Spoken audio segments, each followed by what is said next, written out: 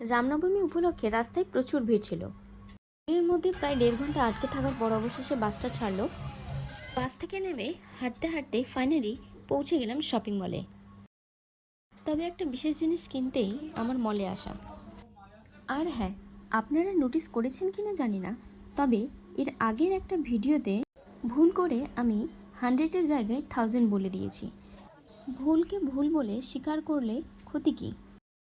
যাই হোক, এতক্ষণে নিশ্চয়ই আপনারা বুঝে গেছেন কী সেই বিশেষ জিনিস যেটা খুঁজতে আমি শপিং মলে এলাম। এতক্ষণে ঠিক ধরেছেন, ব্লেজার কিনতেই আমি গিয়েছিলাম মলে। এতক্ষণে যতগুলো নেড়ে চেড়ে দেখলাম সবই ছিল ছেলেদের। তারপর আবারও চলে গেলাম অন্য একটা মলে। সেখানে গিয়েও পেলাম না, পেয়ে গেলাম সেই মল থেকে। বাড়ির পথে রওনা হব, ঠিক সেই সময় দেখি রাস্তার পাশে আবারও একটা মল। তারপরে ভাবলাম কেননা এই মলটাও ট্রাই করে দেখা যাক। এ নিয়ে 4খানা মল ঘুরেও আর পাওয়া গেল না। লাক খারাপ হলে যা হয় আর কি। পাশের একটা মন্দিরেই প্রসাদ বিতরণী চলছিল। প্রসাদ খেয়েই বেরিয়ে পড়লাম বাড়ির উদ্দেশ্যে।